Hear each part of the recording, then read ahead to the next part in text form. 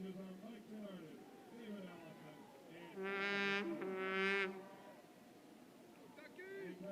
we're going to get our first game of the day underway in just a minute or so.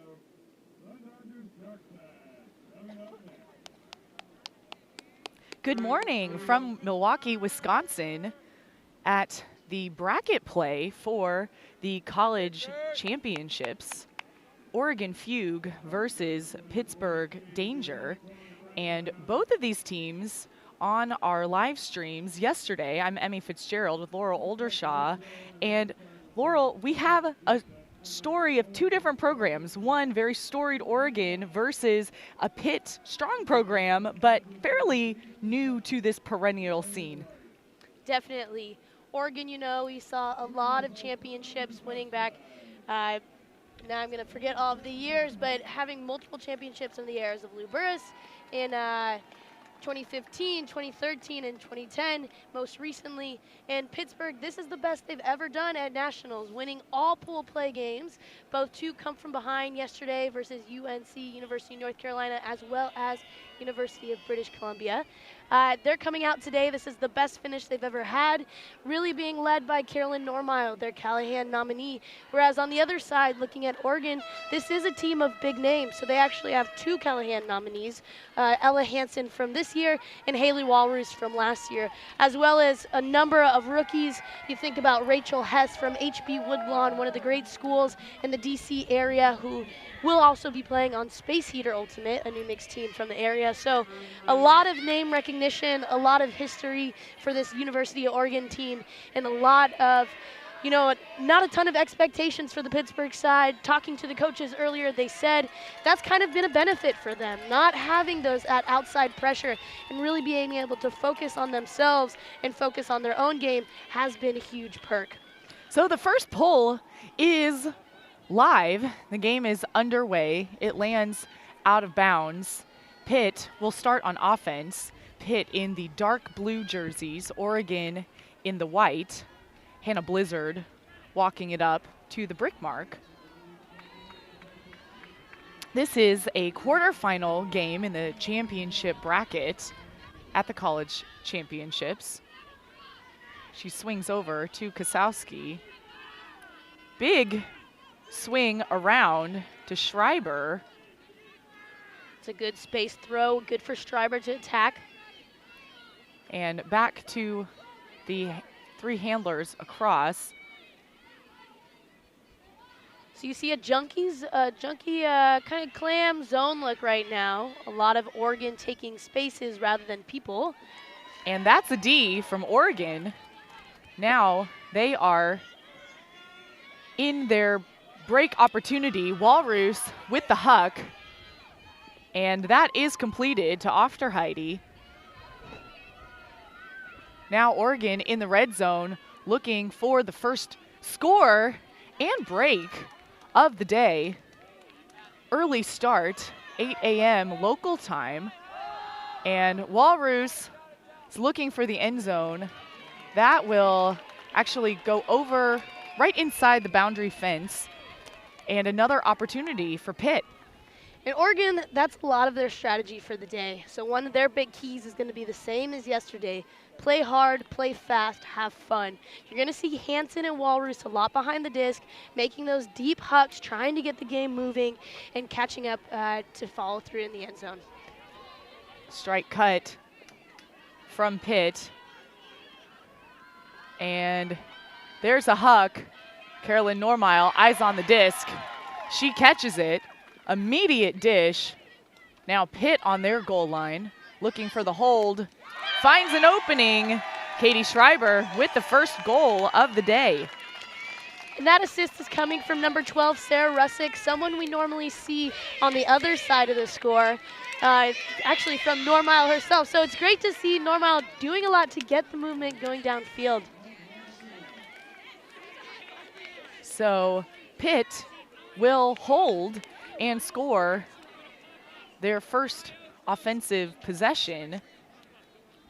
And a long tournament. It started on Friday, and semifinals will continue today with finals tomorrow, what kind of preparation does it really take, Laurel, for such a long tournament, and then the additional pressure of it being the college championships?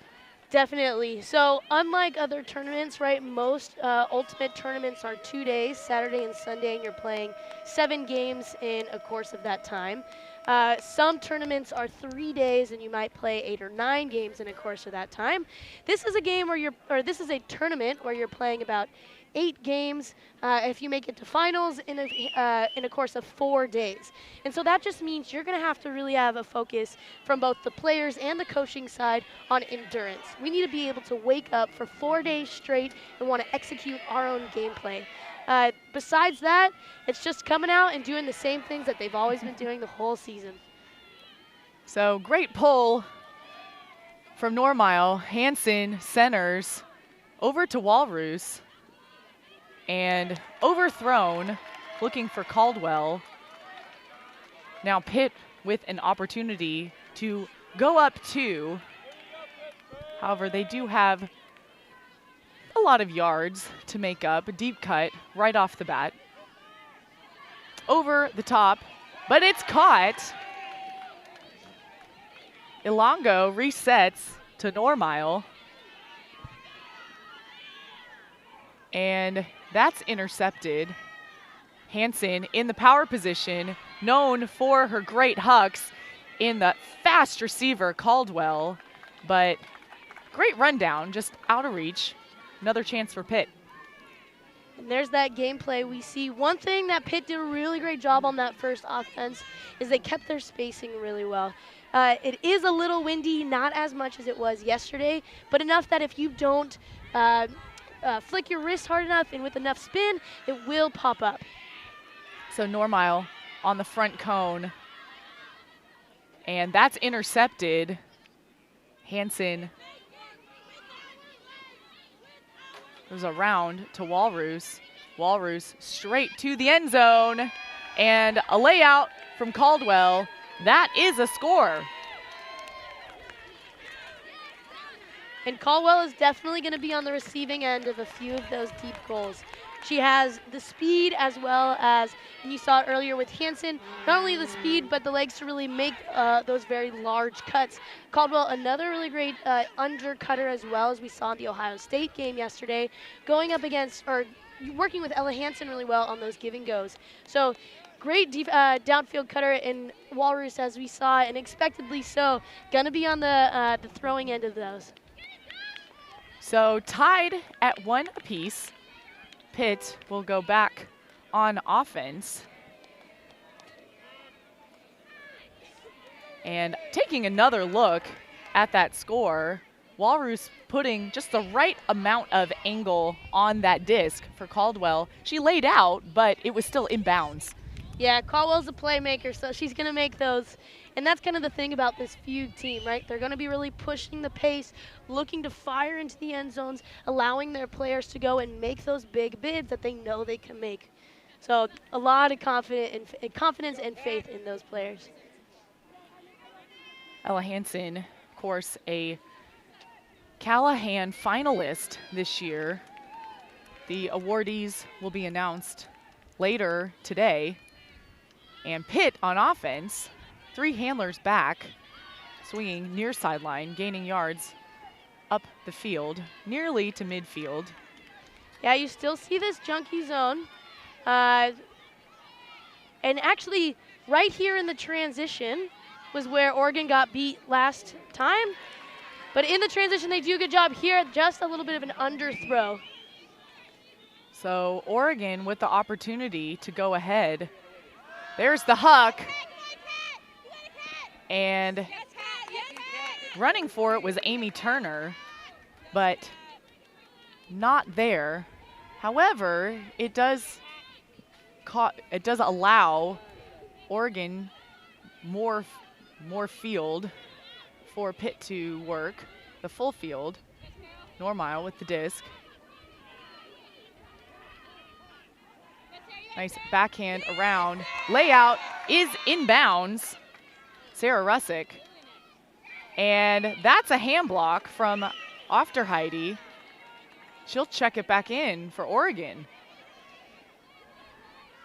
big mark from Ofterheide, the 5'11 senior. Hansen on this near sideline, shoots for the end zone, and that's a break. Amy Turner with the goal. And that's what Oregon's going to try to do. One thing I love about Ofterheide is even though that throw was around, it was a great play from Sarah Rustick, Ofterheide is there to get the D and moves it quickly, getting it to Hansen. So players know kind of their roles and their positions around, this is our strategy, this is our system, and we just want to execute that at the highest level we can. Let's take another look at this hand block.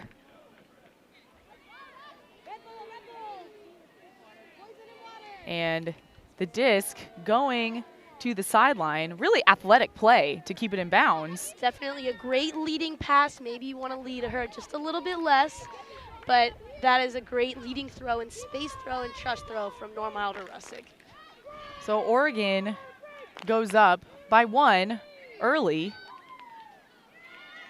Pittsburgh really able to answer on offense. Yesterday, we saw them on the live stream upset UNC, who is a really strong program with a system of their own. That's right. And UNC has a very similar system, right? With throwers like Jenny Way, their big thing is to just cut deep and recover from there, much like what Oregon's is. So, you know, Pittsburgh's seen this before. They've been down before and come back. I imagine we're going to have a great game on our hands for the entire game. Nice pull from Walrus, lands in, bounces. Pitt, far sideline, Blizzard working up to Bianis. Normile, center of the field, shooting for the end zone, and caught Haley Grieski. Pitt answers right away. Yeah, and I really like that. So we see kind of a handler sag right from that zone that's kind of taking away those immediate undercut looks. And I love when we have a player like Carolyn Normile who's got the throws to cut downfield and then come back and get it and make those big throws. So great trust from the Pittsburgh handlers to really move it upfield to Normile to then move it into the end zone. So now we're tied at 2 apiece early in the first half. Half is at 8, game to 15. And both teams bringing their club experience here. Normile in the mixed division runner-up from Philadelphia AMP. Yeah, and one of the center handlers for that team too. So Normile's used to big pressure in big games, right? That was a double game point finals. And Hansen on the other side, a lot of experience with Schwa, Walrus as well with San Francisco Nightlock, Schwa from Portland. And it's exciting to see college players go into the club division and come back into the college division. And I think what's even more exciting as we see this growth of this great sport is that more players are bringing their club experience back and really improving their college teams and their college programs. So Oregon on offense. Caldwell coming to the disc inside. And despite a diving catch from Boyle, Pitt will pick up, hoping for their first break of the game. And out of reach, Hess immediately looking for a handler. She'll find it, Angstad-Lido. To Hansen. Hansen with the opportunity to huck will take it. That is floating, and one-on-one goes out of bounds, but Pitt is there with some good positioning to at least challenge it more. That was great positioning and defense from Jessie Sun. So Hansen, you know, is firing that off to Fagan, who's already pretty deep, meaning that it has to get there quickly, and Sun really does a great job of reading the disc and putting her body in between the disc and Fagan. So Pitt back on offense. Jessie Sun in the power position. Big fakes, looking for that around. It is up overhead. Hansen's there to get it. And high release backhand. And Jessie Sun is there again. But overthrown by Pitt. Third shot for Oregon. Oregon doing a great job, moving it quickly, just a little out of reach. So that's what we're going to see on both sides of the field, right? Everybody's a little bit wanting to move it fast, a little frazzled, and just coming up short on a little bit of those throws. Caldwell with the disc for Oregon. Sees Boyle underneath. Continues. Angstad-Lido. Walrus in the end zone. And right overhead with the snag. Looks for Hansen, instead resets to Caldwell. Right on the goal line. Strike cut to Caldwell's good. Caldwell with her second goal so far of the game. And Oregon's going to need to do that. Both Hansen and Walrus are going to really have to not only throw, but be downfield in order to kind of give Oregon a chance to continue to move the disc. Big catch there from Walrus, and I'm sure she'll be making plays like that all day. So Oregon takes the lead with 3, Pitt 2.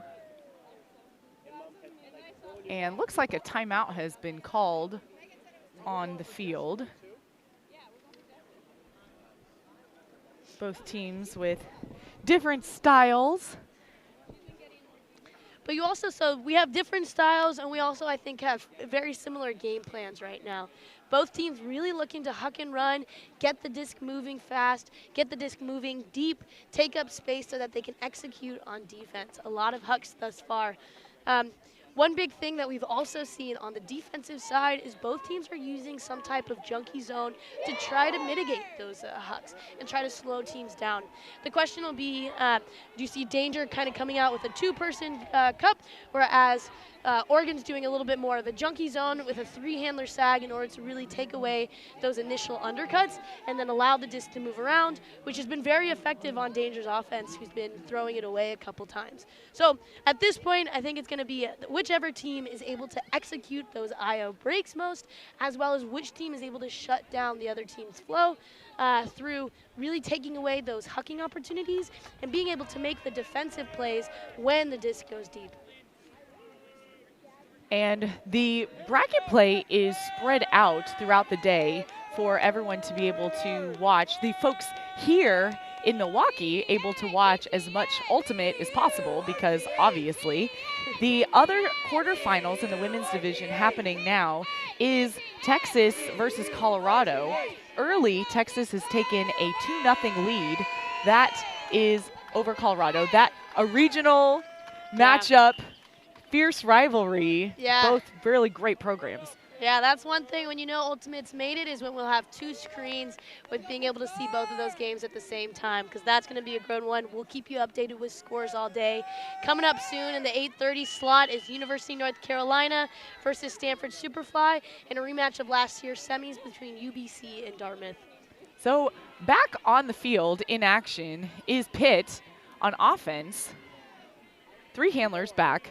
Normile cycling kind of into a 4th handler slot given the Oregon zone look. Good transition there from Oregon into a person defense. Schreiber looking for her options.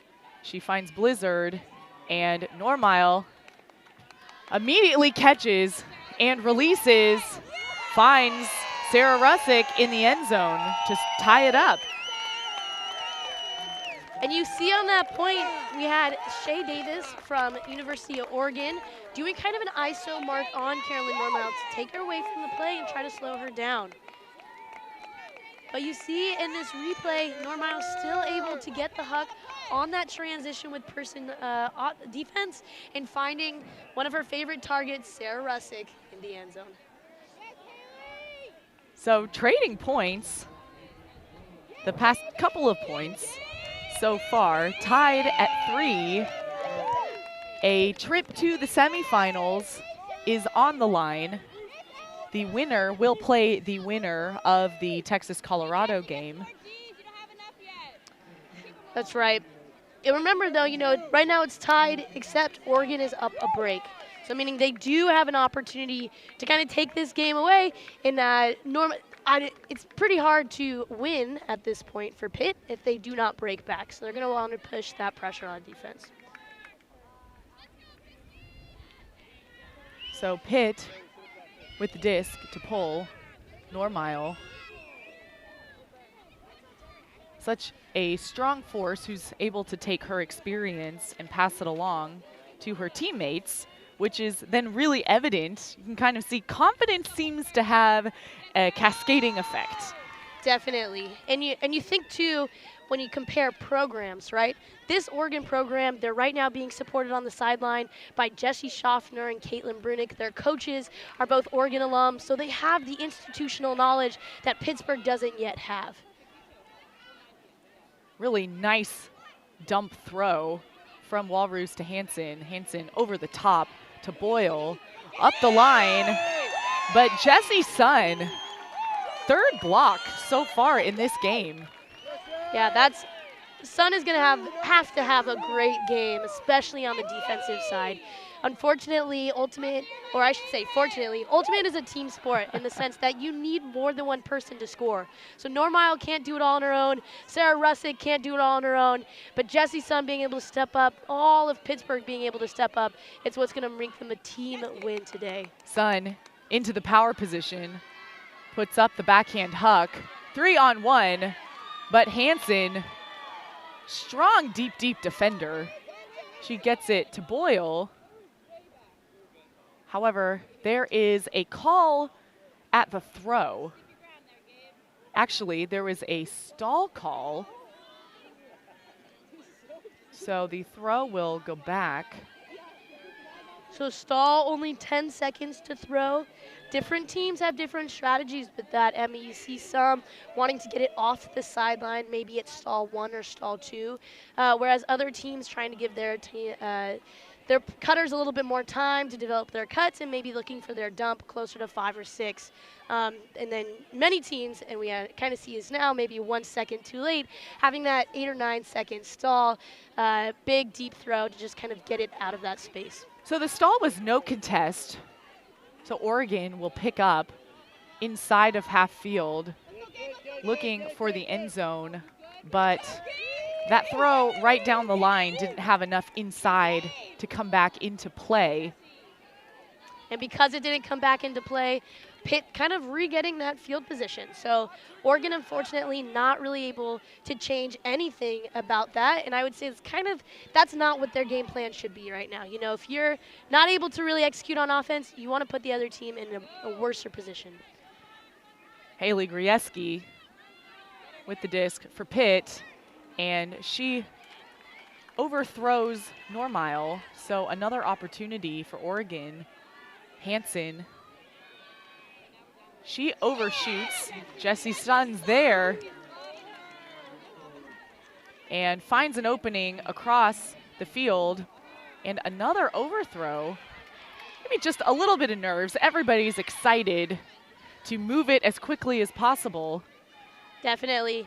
And I don't know about the folks back home, but I would say not everyone is a morning person. So people are waking up at different times, kind of mentally and physically. And you think about Oregon, maybe still a little on Pacific time. Pitt maybe a little bit more on East Coast time. So everybody's kind of in their own world, I would say, in a lot of ways. With the 8 a.m. start time, Hansen looking for Boyle, and that will go out of bounds.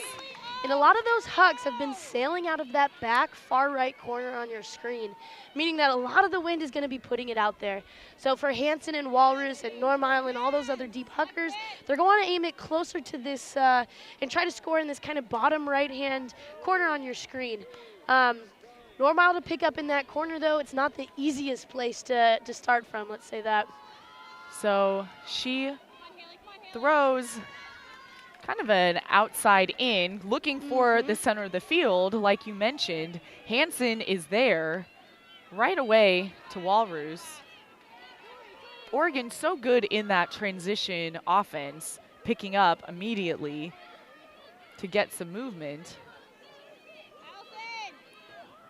just to get things started. It really helps with flow.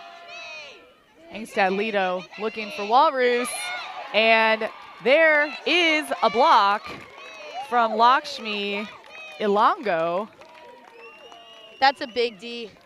You know, Haley Walrus, we've already seen her make a huge deep grab today, and that was exciting. And, you know, we see now kind of Ilongo stepping up and getting that defense and really catching up. And that's the thing, too, about these deep hucks is because it is windy, it's going to mean that discs are going to float a little bit more. And the thing about the float is it slows the disc down. It gives the defender time to catch up. So we're going to have to see a lot of you know, more execution and timing on those throws, but I don't think that's going to slow either team down from making and taking those attempts. So Ilongo a little bit shaken up on her follow through after the block. She'll take an injury. Substituting for her is Sarah Russick. That's a great offensive move right there. Right, strategic substitution as well, knowing that Pitt is on offense, wanting to take the lead. We have 3 cutters going deep, and Normile so much distance, and looked like the second attempt might be there. Instead, Oregon on offense, Caldwell to Boyle, looking for Hansen. You get Hansen in power position. She's going to take it. Walrus has steps, but another block from Pitt, this time from Gabby Doran. This is big. This is big. Pitt's got to be hyped about this. The other thing, too, is, though, Pitt's going to want to really calm down that offense. So they're doing a great job on the defense. You see huge blocks both sides. Normile's looking to the sideline. Potentially they have a timeout, and she calls it now. So Pitt will take a timeout, and with the crucial blocks, but Oregon also doing a great job guarding, kind of taking away the unders, making it difficult for Pitt to have that initiation on offense. Definitely, and you saw that in that last point, right? So we see 3 Pitt, so in the kind of horizontal stack that Pitt has, the 3 closest cutters to that that far sideline, cutting deep, and Hansen recognizing that, she's kind of in the middle and sees that far right side cutter coming across and uses her field knowledge to take and cover that side. So not a ton of options there for Normile to find, although speaking of speed in our throws, she still, even though the cutters are super deep, is able to get that disc all the way out to the far end zone. So really exciting plays from both sides. That block from Doran, certainly one of the best of the best of the best against one of the best receivers at the tournament this weekend. Definitely. And I think Walrus is thinking to herself, like, you know what? I got to make that play. And so I think Walrus, and I know Walrus, she's definitely going to step it up here, and she knows that she has to in order for Oregon to make it to the next round and even farther in this tournament. So Normile with the disc. She is the one that called the timeout. And immediate backhand huck. Great closing speed from Allison Hill. But she overthrows Normile. Hansen to Boyle. And that's the part of execution, right? You just want to be, ultimately it's a game of throws and catches. Whoever catches it more will do better. So Walrus on the far sideline. Looking for the end zone. There's Hansen.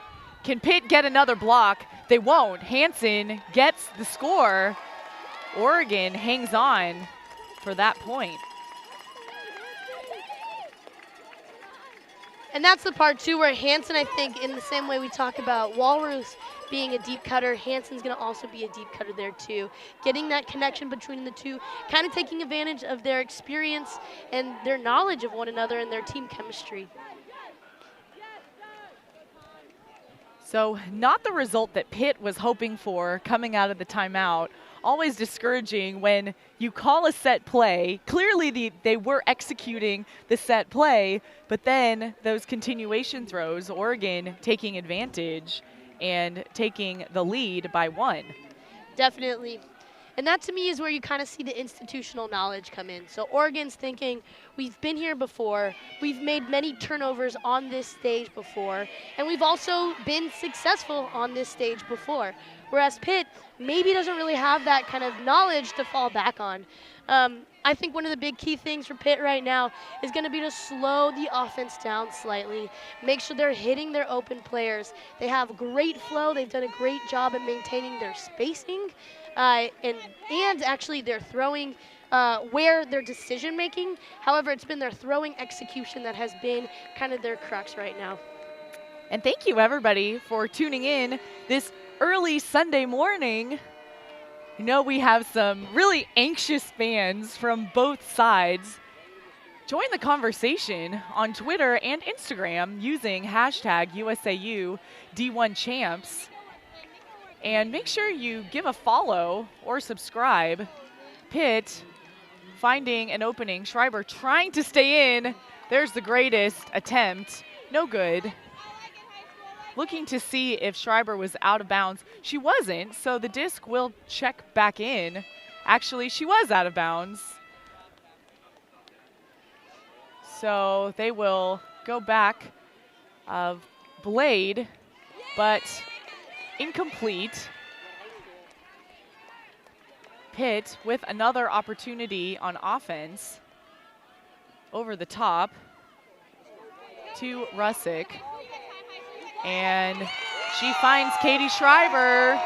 That's a score for Pitt. And that's big right there, right? Normile is taking a point off, and the fact that Pitt is still able to execute and Russick really stepping up with this throw on offense is great news for Pittsburgh, right? They've got to feel good about that one.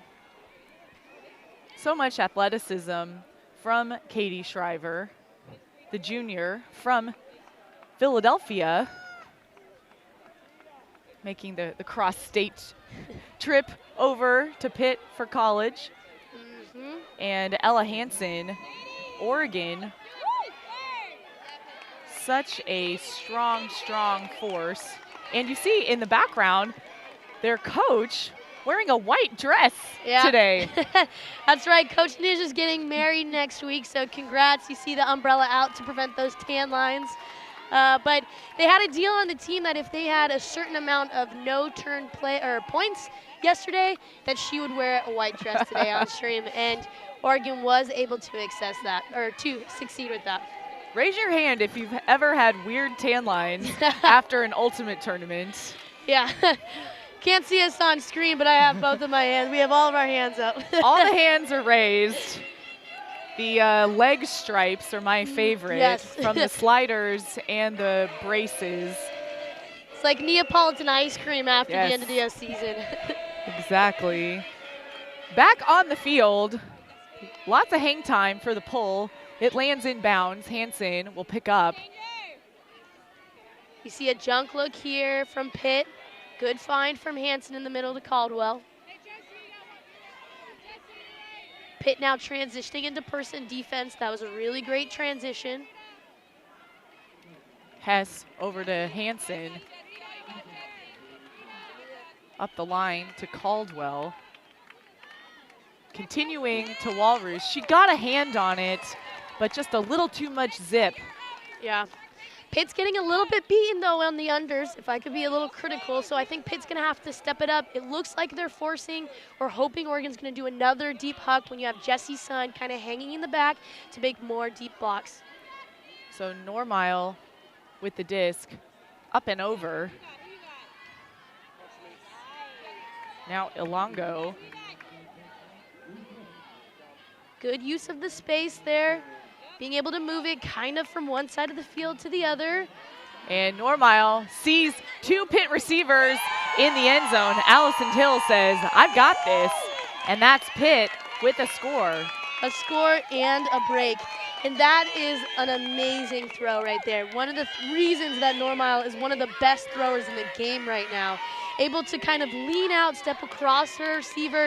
You usually see here, make a little bit of a, or have a little bit of an air bounce so it floats right over the defenders in the middle of the field on a cross-field backhand break. That's a great throw from Normile. And you talked about Pitt needing breaks to really win this game. They get a break early and go up by 1 in this first half. Yeah, that's critical for Pitt, not only on the score side, but also on the confidence side to say, you know what, we can play at this level and we can break Oregon and we can continue to do that. Just the simple recognition of doing it once often is what you need to build momentum. So I'm very excited for Pittsburgh on that one. So Pitt getting a little bit of final coaching information. And we have a viewer tuning in from Lake Geneva, Switzerland. oh, didn't we have that yesterday? I think so. Gosh, all these places are making my travel list much farther, or much longer, I should say. But it's a beautiful morning in Milwaukee. Thank you to this community for hosting. Takes a lot of work behind the scenes for volunteers and logistics from the local disc association, as well as USA Ultimate for these big tournaments. Hansen with the disc. She's looking for Walrus. Walrus is covered by Normile. Instead, Hansen will shoot it towards the end zone. But guess who? Jesse's son is there. I love that matchup choice there from Pittsburgh. We know that Ella Hansen's probably going to be that first thrower. We know that Hansen is looking for Walrus pretty quickly after she gets it, but she did right away. Walrus not able to get out of that side of the field, as well as being marked by Normile, who immediately sends this deep huck to Sarah Russick and finds her. Great connection. Russick with the huge fake finds Normile again. And Normile now into the power position. Pittsburgh in their end zone goal line formation. Sun with the disc over to Kosowski. Looking in the end zone, over the top. Was not the intended receiver, but Sophia Vidic is there. And that throw looking for Normile, who's done a great job at continuing and following the play and looking to be there on the open side. I love this movement from Pittsburgh. They're able to move it quickly. And even though it's overthrown, this is where the team play of Pittsburgh comes in, because that following the disc is Vidic right there with the score. So another break for Pitt. Now going on a 3-1 run in the first half, taking a 2-goal lead on Oregon. Yeah, that's big. And you see kind of now walking back, you can't quite see it on your screen, Ella Hansen looking a little down, feeling a little bit, not tired, I should say. Hansen is all power, all energy, but definitely kind of thinking, all right, what are we going to do here to stop that flow, right? Hansen can't be everywhere. Walrus can't be everywhere. The team's going to really have to step it up and execute a little bit more. They've been getting caught on the sidelines. Pitt's done a great job at covering the middle of the field, not allowing those unders. They've done a great job at having Sun or another player kind of hang back in the end zone to prevent that immediate huck. And so Walters and Hansen and the rest of the Oregon Fugue team will have to kind of adjust now in order to build their flow and to play at that fast speed that they enjoy. So Oregon on offense really looking to convert, take it back within 1 in this first half. Half is to 8. There's the pull.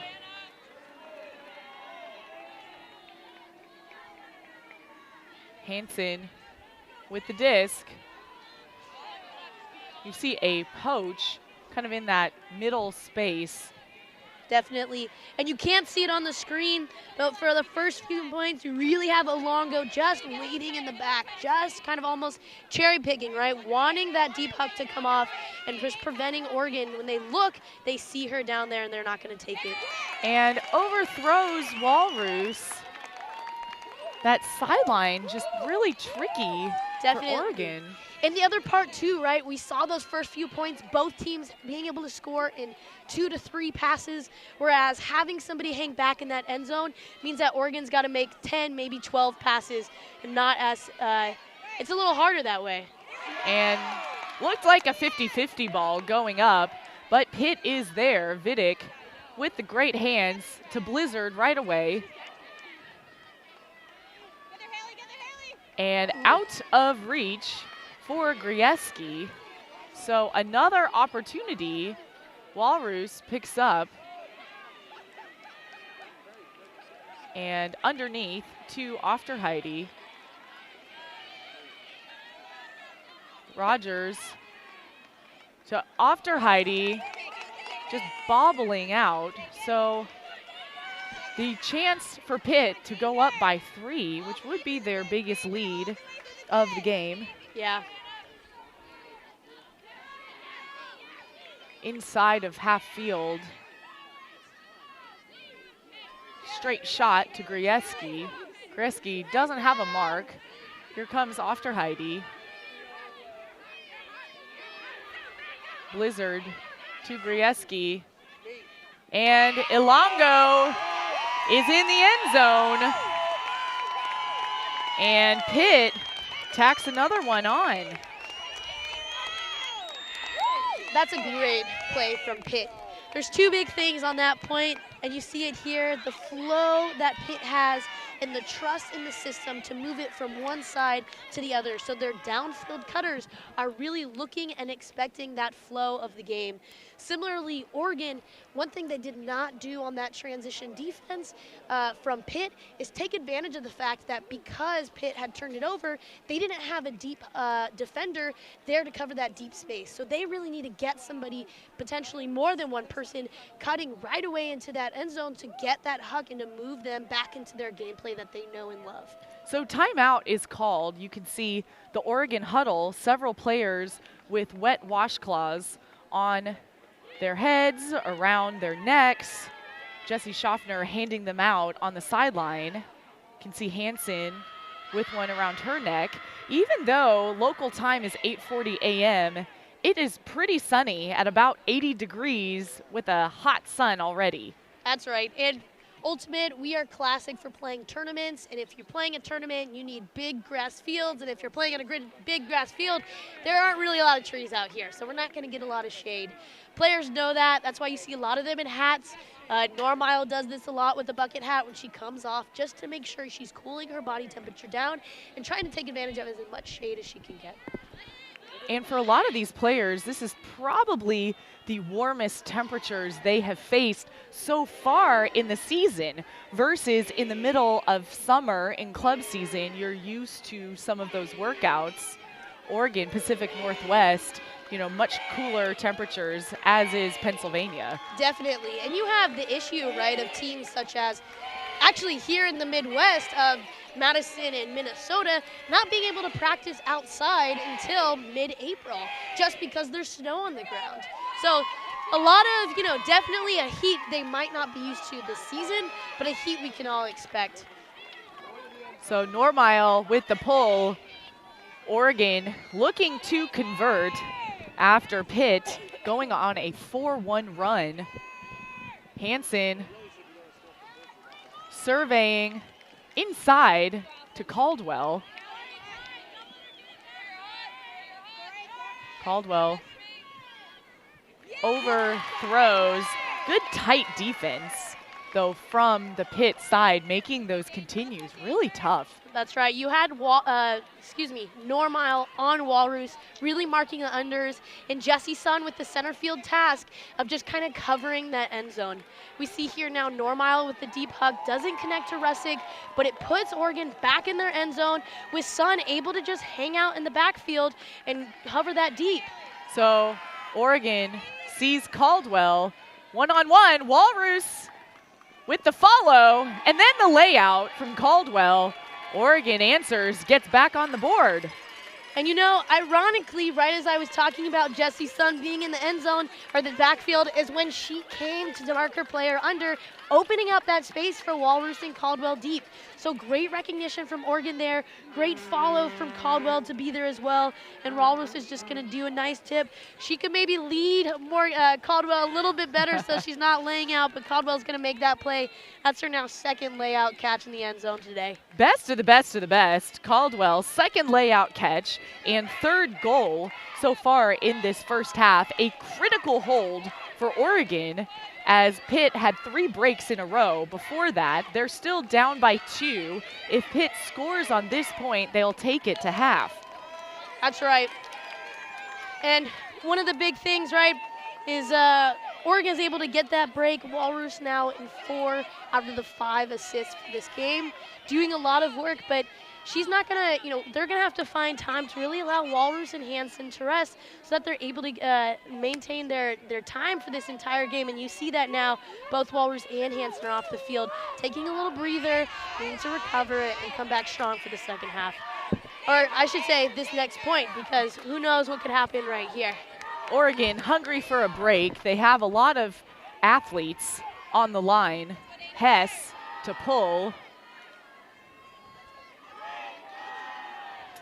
And that pull is caught, immediately centered. Blizzard inside to Normile.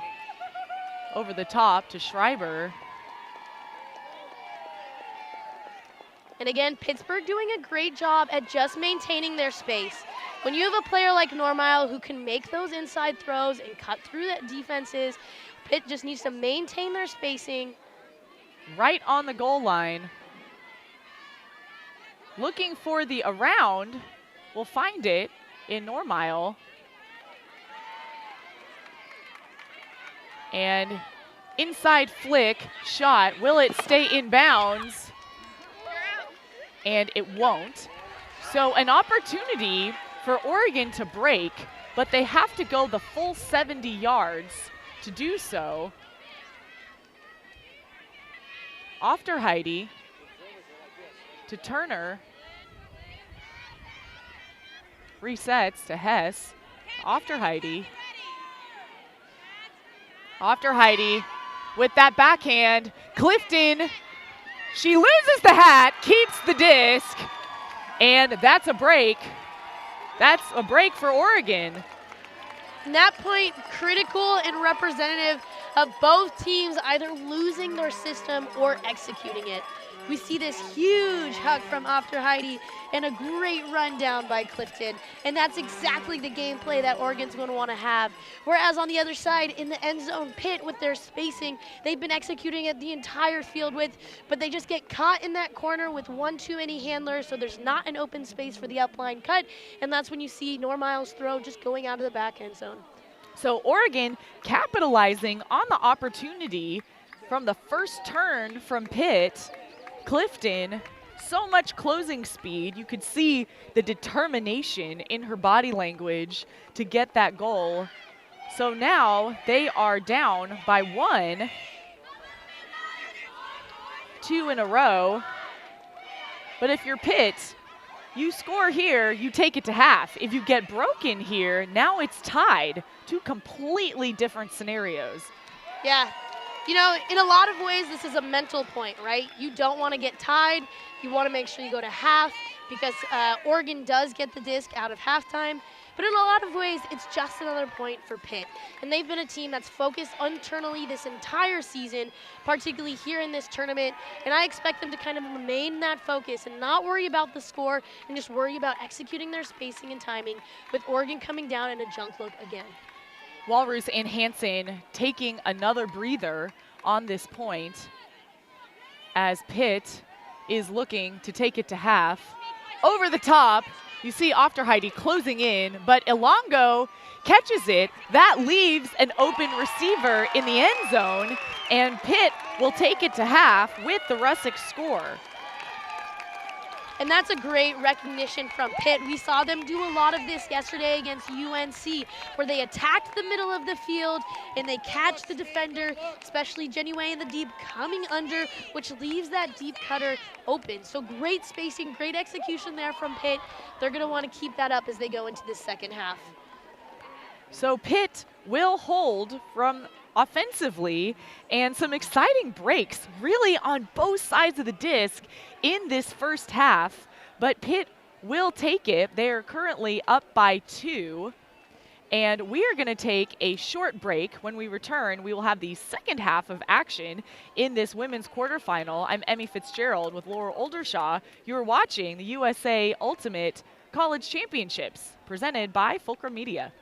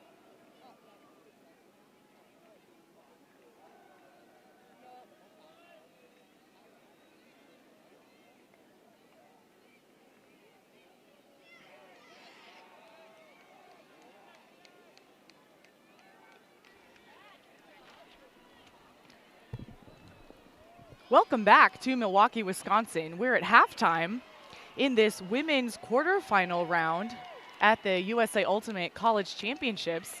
I'm Emmy Fitzgerald, joined by Laurel Oldershaw. Laurel, we've had an exciting first half so far. Story of the break runs. Pitt currently up by 2.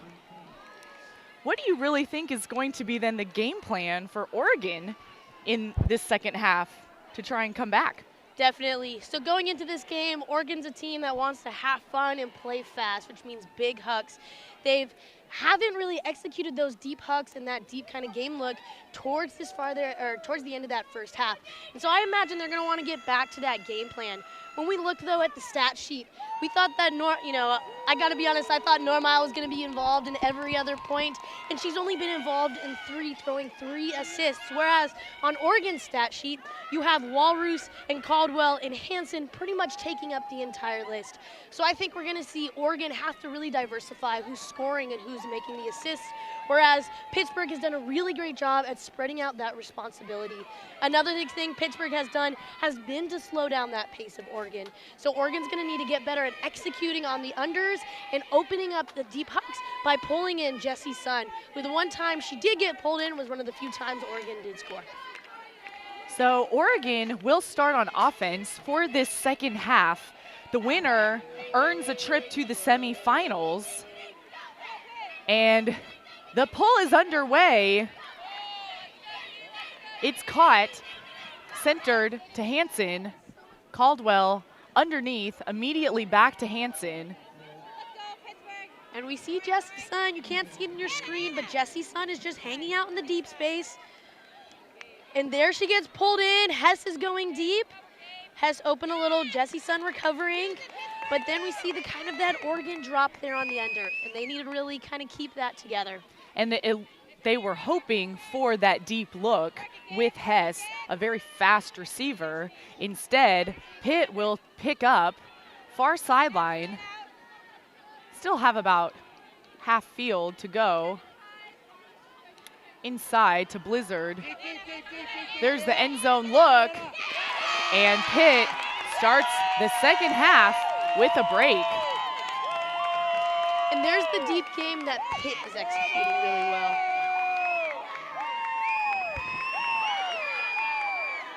Blizzard to Grajowski in the deep zone. Good track down. There were 2 Pitt receivers. Oh, yeah, sorry. Lots of hustle.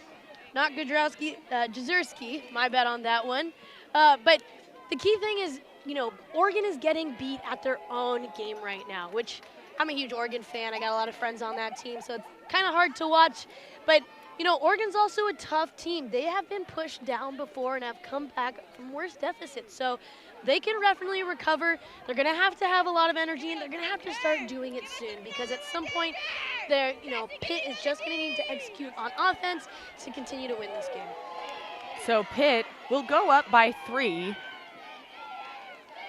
Oregon hoping to convert, but just some really good defensive adjustments from the Pitt side, really attacking that Oregon system offense. Definitely. And again, Pitt doing that great job at maintaining their spacing and utilizing all of their players on the field. So Blizzard first getting on the stat sheet now, Jazurski just getting on the stat sheet now, doing a great job at spreading out that responsibility of winning this game. Centered to Hansen. Caldwell comes underneath, but instead over the top to Walrus. Normal on the D, that's a great matchup. Resets to Hansen.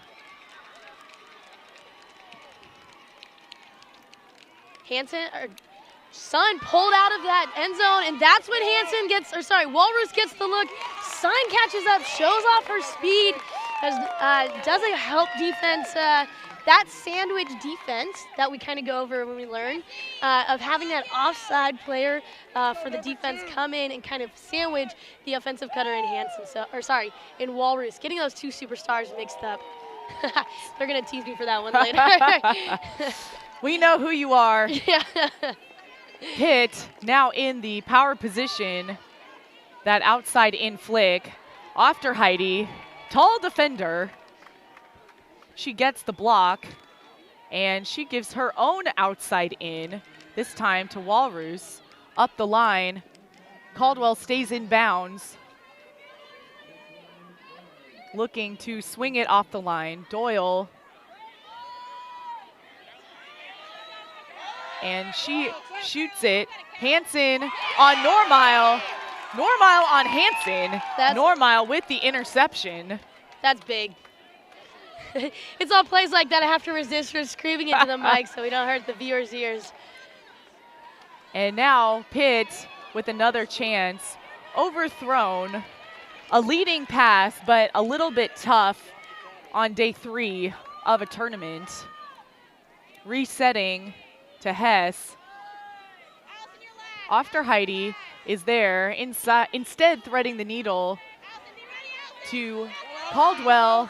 And Walrus was looking for Boyle. She's frustrated with the look. It was the right decision, but probably not the execution she was hoping for. Definitely. Walrus knows that she can make that throw and put just a little bit more touch. Boyle is really fast, but it's tough for Boyle to keep up. That disc doesn't have enough float. Walrus can also put a little bit more OI to allow it to curve, especially because that back corner is the one that the disc is sailing out of where the wind is being forced. So Pitt back on offense, looking for their second consecutive break of the second half. There's some hang time, but that's caught. Tori Smith. Smith with the little shimmy. Find Normile. Looking to stay in bounds. It bounces off of Vidic's hands, but she knew Hansen was right behind her, and she was trying to keep it in bounds. Yeah, that's a lot to think about at one point. Hansen on the front cone. Surveying the field. Resets to Caldwell.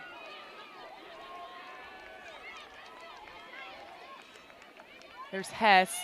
Walrus. Back to Hess. Caldwell. After Heidi. She finds Davis to kind of swing it across to the other side of the field. Boyle closes in to catch it. Over the top, and Jessie Sun intercepted it. Timeout called, turning into a long point for both teams. Definitely. That's the 4th opportunity Oregon has to hold. Pitt's going to come out now with their 4th opportunity to break. The challenge with this now is at some point they've both been running a lot. You're going to want to start conserving energy. So if you're Pitt right now, you have, is that a 9-6 lead going in here in this timeout? And they're going to really want to start executing for the sake of maintaining their legs throughout this tournament, right? They have another big semis today, whoever wins this game, and you don't want to be kind of slowed down there from the rest of this game. One thing that Pitt has been doing really well, though, on the turn and their offensive flow has been to maintain their overall game plan.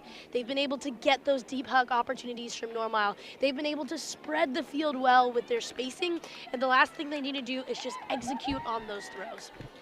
So the winner of this game will play the winner of the Colorado-Texas quarterfinal. Colorado currently taking half over Texas 8-6. But still a close game. Anxious to see what happens over there. South Central Regional Final rematch. That's right. And that's a rivalry, right? Big rivalry over there. Very exciting. In the other games, we have other big matchups, but we're going to come back here. Sun picking up the disc with Walrus on the mark. So Sun checks it back in. She didn't find anything underneath. Normile through 2 defenders. Shoots for the end zone. And that's a break for Pitt. And that's a score from Gabby Doran. And that is a great, great attacking play by Carolyn Normile. She sees the disc will not make it on that deep cut. She comes back in and grabs it and immediately sees her cutters. She had 3 available cutters going deep, and all she has to do is float it out there for them to run onto. Fantastic execution from Carolyn Normile.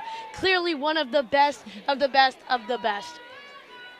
And I was talking with Carolyn's dad at halftime, and as a parent watching your daughter, who is just such a force, Carolyn Normile reading the disc so well to come back and then have the composure.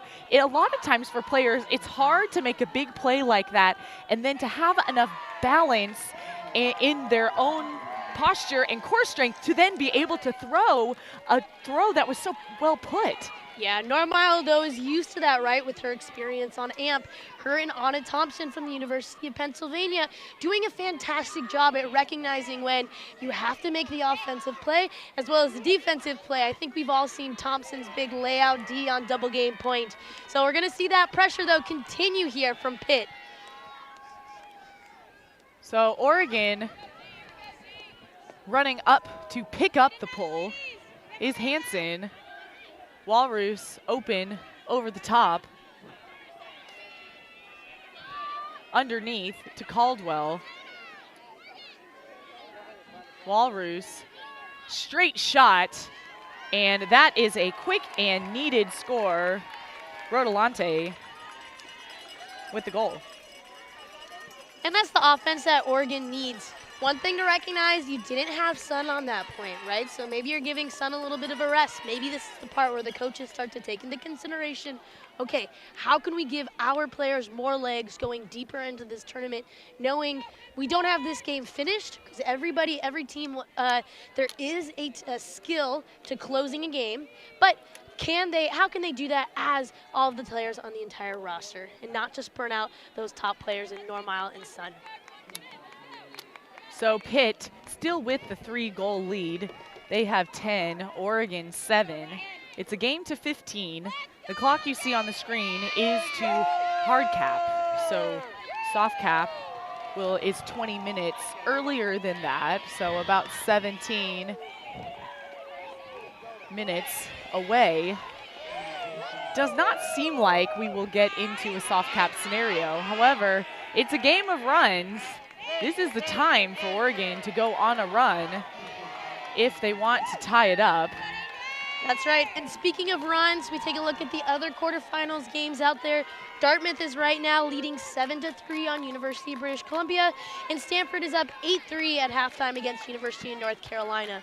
So both of those teams, talk about institutional knowledge, have been actually the last 2 college champions. The pull goes out of bounds. Observer marking where it went out of bounds, just a little bit past half field. Pitt will take it in the center. They have about 45 yards to go to the end zone. Immediate swing. Right back, Blizzard. And Schreiber is open downfield. She's towing the line. She falls to catch it, stays in bounds. And now Pitt knocking on the door. Another over-the-top shot. Running grab is Kat Pagano. Pitt with that quick score. Miranda Kozowski having a great game for the freshmen. It's so great to see young players step up. It makes me really excited for this Pittsburgh program for many years to come. Another big thing Pittsburgh's doing, executing that middle attack, looking to spread the field, looking to get it into the middle, so not so much that deep space, not so much that small ball game between the handlers, but looking to really spread the field wide. Pittsburgh executing on all cylinders right now. And Kozowski, a freshman this year, but previously played with the YCC club team out of Pennsylvania. Let's take a look at that grab, though, from Kay Schreiber. That is great field recognition from Schreiber. Being able to follow this OI disc, know that it's going to come back in at some point. It has to curve, right? That's where kind of field reading the disc. We say read a book, read the disc, go to the library, figure it out because it does kind of float back in. As it is going, we still have that downwind on this field going into your right-hand corner of this screen. So that means that disc is going to float as it goes into this bottom left corner of your screen, looking up on that side of the field. So Pitt taking a 4-goal lead. They're 4 points away from winning the game and going to the semifinals in championship play. The pull lands in. Ongstad-Lido picking up.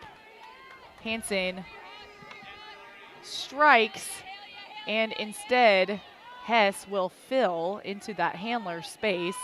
Inside, nice throw to Walrus. Back to Hess. Looking for the underneath. Jesse's son straight through on the interception. She's got legs, but Hansen with the good positioning to make it difficult for Sun to really react to that trailing edge. That's that sandwich defense, and can they take advantage of Sun being out of place? And they can't. That's the part where having that disc too high just floats up. So good recognition on the turn to really get the disc moving, but Sun actually being really fast and able to get back. So great work from Jesse's son. So Pitt with the chance to break, take it to their largest lead so far in this quarterfinals. Going up to where the disc went out of bounds. Blady throw straight to Hansen. To Walrus. You have 2 deep defenders, which leaves an opening underneath that Oregon does take advantage of.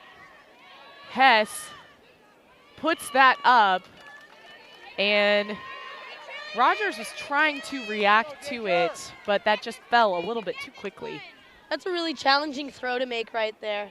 One, you're throwing over your player's opposite shoulder, so it means they have to turn their head away from the disc and lose eyesight with the disc for just a split second, which means they can lose their throwing path. Or sorry, their path to the disc. Ilongo open underneath. Blade over the top. And Grieski really making sure she has the right option. Sends it, and kind of a punt. Let's see if Oregon can take advantage. Walrus open. Finds Caldwell. There's Rogers, far sideline. And Oregon just looks a little slow right now. Cutting a little bit slow. There's not that same quickness of pace. Ongstad-Lido with patience over the top to Walrus, not in. And a push pass. You do what works. And Oregon gets a score. Yeah, Walrus has done that before. Quite the one for a push pass.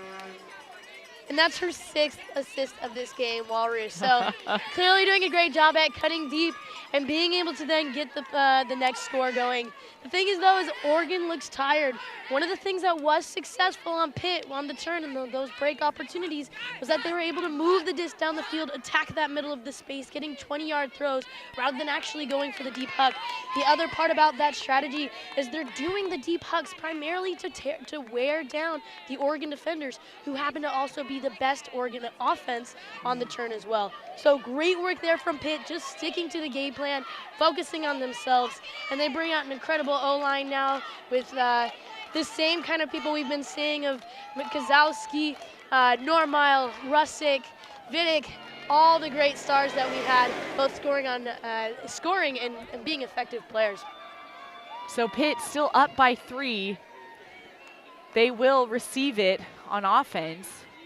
Oregon, though, showing a lot of patience in their red zone. to score. And you see this clock on your screen, right? We have just about 30 minutes in the game, which means just about 10 minutes to soft cap. And that means the time is going to be running out for Oregon. So even if Pitt just starts slowing down the field, even if it is kind of taking those hucks, taking those shots, the more that they can just spread out the time of the points, the more that they can slow this game down and get this win. Secure this win, I should say. So Pitt, 3 handlers back, trying to stay conservative. Clifton hanging out in the deep space. She gets the D. Here's a chance for Oregon to break, take it within 2. Off to Heidi. With that backhand, open downfield is Rodolante, but right over the top is Sarah Russick. She works to avoid body contact. However, back at the throw, there is a foul called, but it seems like it is an offensive foul. Actually, there is discussion. It looks like a contested foul, so the disc will come back. That's great positioning there from Sarah Russick, able to kind of follow the disc, knowing that the trail of the disc is going to be tailing more to Adelante, and so she goes and she gets her hands up without kind of jumping on her back. One thing that Oregon did a great job on getting the D and getting that turn in the first place was using their junkie zone, having the handlers sag off to kind of prevent that first underthrow with Clifton in the back to get that deep throw and block it as she did. Clifton, floating backhand, everybody underneath, and Boyle ends up with it in the end. However, Russick may be saying she had it first, but Boyle, I love the reenactments. This is the part where, you know, once we make it, it means we'll have good or bad lip reading, right? Yes. Get to hear what's going on in the field. Let's take another look. The disc starts to go down, and then I think as Russick was maybe going to set back up. Yeah, I think it's the question of who gets the disc first. And it looks like Russick will have the disc. So great D there from Sarah Russick. Immediately puts it up. And Clifton trying to close in, but Katie Schreiber all day with the receptions. Kozowski. Great patience there from Schreiber to not force it into the end zone, even with a cutting player. Right on the goal line. And Normile doing what she does. So a little role reversal there from Russick to Normile, and another hold for Pittsburgh. That's just what they need to keep doing. Even if we trade points at this part of the game, Pittsburgh is going to take away the game. And Oregon trying to adjust after getting Pitt getting so much yardage, but 36 on 36. Yeah. Normile gets that goal. Big bid from Boyle. They're a real athletic player, and they're going to continue to do this also for a very young player, right? Boyle was Ulti World's Rookie of the Year last year, so definitely they're going to have a very long career. Pitt up by 4. Game to 15. Trip to semis on the line here in the championship play. There has been unprecedented live streaming access at these college championships this year. The semifinals will be live today on ESPNU, the ESPN app, and ESPN3. The finals will then be tomorrow. The men at 3 and the women at 5 Eastern, 2 and 4 local time respectively. And Jessie Sun with the pull. Defensive force for Pitt so far today and in the tournament. But another force is Hansen. Underneath to Caldwell. Continues to Walrus. Caldwell going up the line. Thought Hess might get in the way a little bit. Good communication. And Boyle with the continuation. They'll check it back in. Strike from Hansen. And quick continue to Caldwell. Oregon with the score. Caldwell with her 4th goal of the game. The one key word you just mentioned, Emmy, is the word quick. Oregon needs to start moving and start making moves quick, taking away Pittsburgh's lead. The more that Pittsburgh can cool down their offense, slow it down, make sure they're all just hitting their open throws. At this point, they could take all day to get down to the end zone. It would be almost in their benefit to do so. So Pitt still with the 3-goal advantage, but Oregon holding quickly and needing a break right away. Back on the other field, in this side of the bracket, Colorado up by 3. They lead Texas 10-7. Dartmouth ahead of UBC 8-5. And Stanford taking a 5-goal lead on North Carolina 8-3. A lot of great ultimate to play today. I wish I was watching every single one of them. But unfortunately, we're just one person. And quite the matchup in this quarterfinal. Definitely worth waking up early on a Sunday morning to see, especially you Oregon fans on the West Coast tuning in at literally the crack of dawn. I did get one friend to remind me that Oregon does practice at 6 a.m., so they are used to this kind of timing. At least the team is. I don't know about you fans. Exactly. So Pitt working with the handler swings. Normile in the cutter space. There's the backhand huck. And that is in. Clifton with the last-minute block attempt. But Katie Schreiber, great read, watching it all the way in. And that is maybe not the play that is supposed to happen. If I'm coach, I'm a little cringing from that throw. But great spot from Normile to really just thread that needle and find Schreiber. Schreiber's been doing a fantastic job all day at really sticking to the sideline and spreading the field, as both Pitt players have been doing. And another big thing we see on that point, right, is their handlers being really comfortable at moving the disc from one to another to another. At the end of the day, it's just throws and catches with your friends. And the more that you can just catch it and throw it with your friends, the more successful you'll be. Normile, of course, Callahan finalist, as is Ella Hansen from Oregon. The awardee will be announced later today, so stay tuned to the various USA Ultimate social channels for that announcement. Yep. And speaking of Callahan finalists, Normile will say on this point, which I have to say I was a little impressed that Hansen and Walrus were both off for that D point. At this point, they need to start converting their breaks. They do need to get this hold, but I expect both of those players as top players to be stepping up at this part of the game and making it happen for Oregon. Hansen will catch the disc. See a bit of a handler sag. Walrus manages to get so open on the sideline. Immediate look to the end zone, and Rodolante is there. Oregon again wasting no time to get on the board when they desperately need to, just seconds away from the soft cap.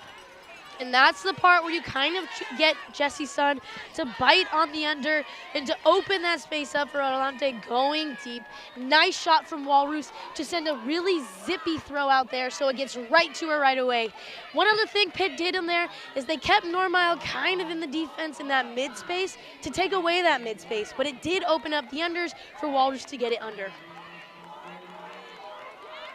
So much composure from the Pitt squad as they are now marching back to the line to go on offense.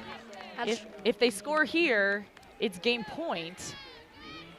game will still be to 15, regardless of the scoring outcome.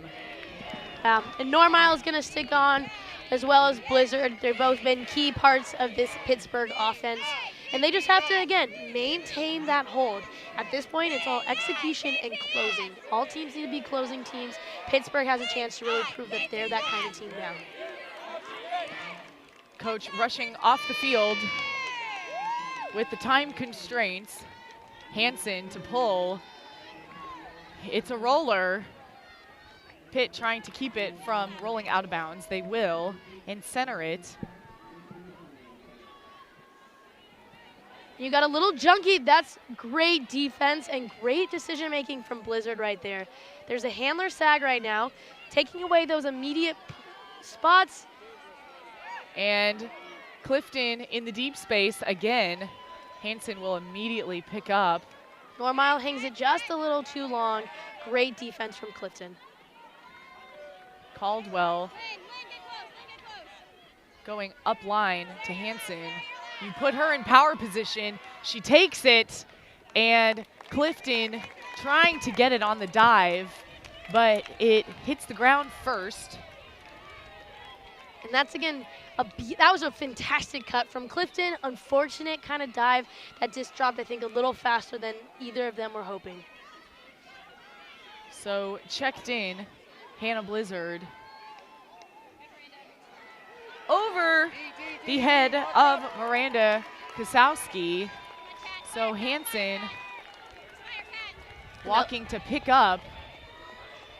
And those are the mistakes Oregon wants to force. They got to capitalize now. Floating, and Pitt just swarming that defense. Not the throw that Hansen wanted. Maybe not the best throwing game for Hansen or Walrus, but there's still a little bit of time, Emmy. Still a little bit of time. Oregon now within half field. Rogers coming to, off to Heidi. Shoots for the end zone. Clifton realizes it won't stay in bounds, and the disc goes out the back. And that's another tough throw, right? We've seen Oregon kind of get a little excited and rush those throws. When you have a player, you don't want to throw it right over their head because it's hard for them to really run onto the disc.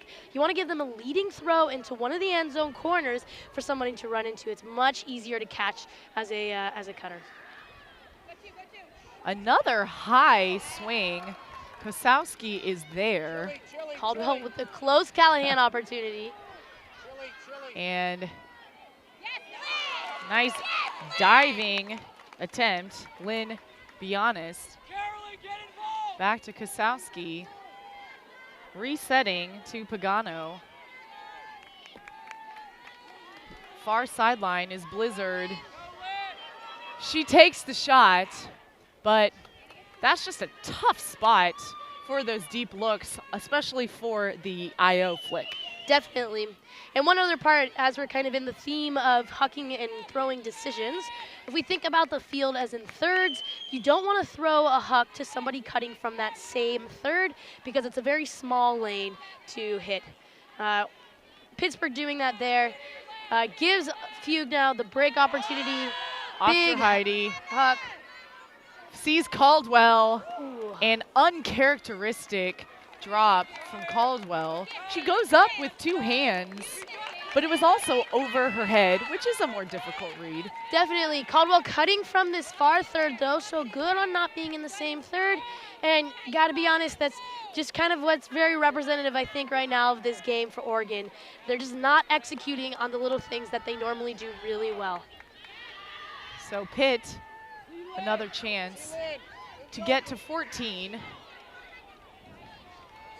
Schreiber gains some yards underneath. That floats, but is caught. Blizzard near sideline. Backhand goes up. After Heidi on Normile. Normile catches it. Dishes to Schreiber. And Schreiber, usually the one catching it, but she'll throw the assist to Normile for the goal. And that's, again, another point that is done so well with just great spacing from Pitt, because Normile sets up this cut, cuts deep, gets Aphrodite to bite, and immediately cuts to the open side. Great cutting from Normile, such hard defense to make from Aphrodite, and Schreiber has all of the space in the world to just kind of float it in there. Really great footwork from Normile to be able to quickly change directions and get that score.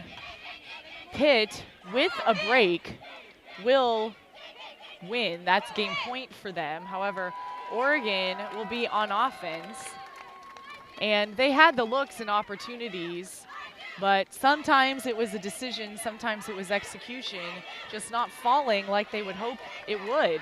Exactly. And that's the part too, right? You can be a great team and just have an off day. And unfortunately, this off day was at a bad timing for Oregon Fugue.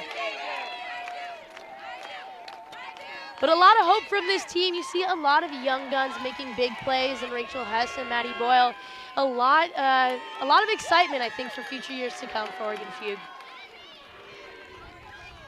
Certainly a dynasty of excellence from Fugue, and strong ultimate scene in Pittsburgh, really helping propel this Pitt team. Hansen, last second, kind of moves out of the way of the pole, realizing it's going to go out of bounds. So when it goes out of bounds in the you have the brick mark at about 20 yards in the center of the field, recognizing that it's going to be pretty bad field position in that corner. Hansen looks to let it go out, and another unlucky, uncharacteristic play from Oregon, just bouncing off of Fagan's hands. Boyle with a good second attempt effort, but just a little short. So Sun blade, that will bounce off of the hand of Grieski. So Oregon back on offense. Far sideline, Caldwell.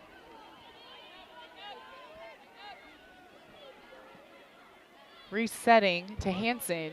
Sun is back guarding the deep space, poaching that area. That leaves Boyle underneath, so they'll look to reset it. Yeah, and actually you see Fagan in the middle of the field, number 15 on Oregon, is being poached off, so lots of movement, except all the Pittsburgh defenders around her. There's no open undercutters. Great defense from Pittsburgh to recover there. Hess, end zone look to Walrus.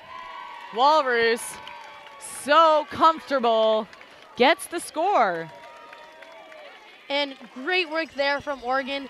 You see in your screen, taking advantage of the fact that Jesse Sun is not there in that corner of the field and cannot make the play. Taken a little bit out of position as the Pittsburgh defense transitions into person defense. So Pitt will go on offense. If they score here, that's game over and the semis for them. That's right. Every point from now on for for Oregon is a big point. They have to come out here and get 4 breaks in order to win. Actually, will we go to 16? We'll figure it out. If we go to 16, we'll let you know back home, but I think we're going to go to 15 with the soft cap on. So they have to get 4 big breaks here. And they are going to leave Walrus and Hansen on. Or they actually have Hansen off right now, so they have Walrus on, hoping to get this break, and then get Hansen back on the field for the next one. So let's see if it works for Oregon. Walrus with the disc to pull. Scoring the previous point to put Oregon within 3. Pitt hoping for clean offense to score here, knowing that they still have a lot of tournament left for them if they can win. Oregon trying to get the break, keep this game alive, and their championship bracket hopes alive. This is a great defensive play right now from Oregon. They have Maddie Boyle on Carolyn Normile, isolated with the rest of the players, doing a little bit of a poachy zone. Look, Normile does break free, gets it on the under. Center of the field, underneath to Schreiber. And layout, but Kosowski catches it. Quick dish to Blizzard. Back to Kosowski. And floating backhand. Carolyn Normile will catch it and leads Pitt as they earn their first berth into the semifinals here at the USA Ultimate College Championship. Normile. Huge in the last 6 points, scoring 3 of them and assisting 2 of them in this second half. So we didn't see her a ton in the first half on that stat sheet, but she came back here. Great work from Normile, the Callahan finalist in Pittsburgh. Congratulations. So Pitt will face the winner of the Colorado-Texas game, where Colorado is currently up 11-8 over Texas. So still ultimate to be played there, but with the soft gap going on, probably a game to 13 in that game. Next up on the live stream, we are concluding our USA Ultimate live streaming coverage. However, next up is the men's semifinal at 12:30 Eastern on the ESPN app. But teams lining up as Pittsburgh defeats Oregon 15-11 to earn the semifinals berth. Pittsburgh's #1. Such a pleasure bringing these 11 games to you over College Championship weekend from the USA Ultimate social media channels. For Laurel Oldershaw, I'm Emmy Fitzgerald. Thanks for watching the USA Ultimate College Championships, presented by Fulcrum Media.